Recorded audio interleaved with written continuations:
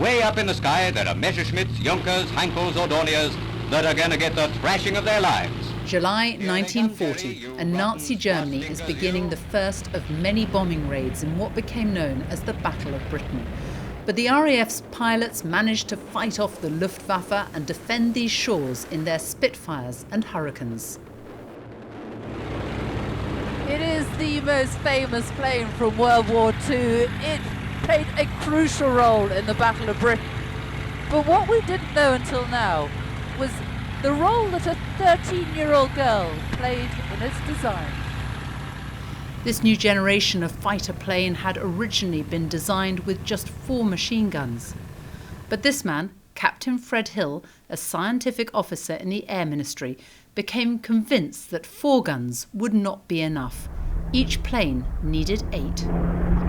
He faced stiff opposition. Most thought 8 guns would be too many, impossible to fit onto the planes.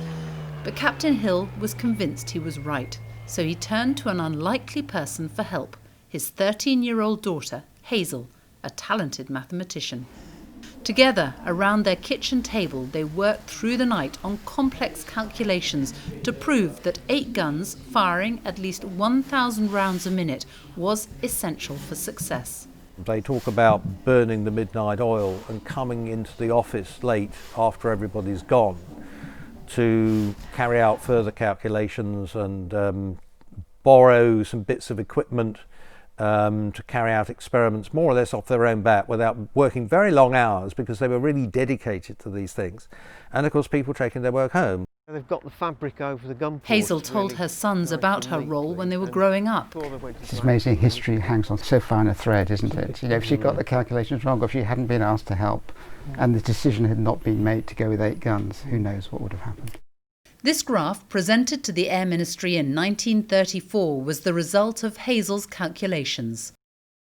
With 8 guns firing, the fighters typically had just 2 seconds to hit their target before pulling away. They had to get incredibly close to the enemy planes, just 250 yards away, to stand a chance of shooting them down. Hazel's calculations meant the government changed its mind. So you got 3 German fighters that day? No. 98-year-old squadron leader Alan Scott flew both the Spitfire and Hurricanes. You just put guns on and fire on them. You never think that mathematically they had to be worked out. The 4 would have been really difficult because it wouldn't give you the firepower that we had. Oh no, it's awfully glad she was able to work that out for us. The Battle of Britain proved to be a turning point in the war. It was the bravery and success of the pilots which made victory possible, but without the support of many others, the battle may not have been won. What a great inspiration for young people today, young girls in particular, that can look upon someone like Hazel in the early 1930s making such an important contribution to our later success in the Battle of Britain, which is vital to this country's survival.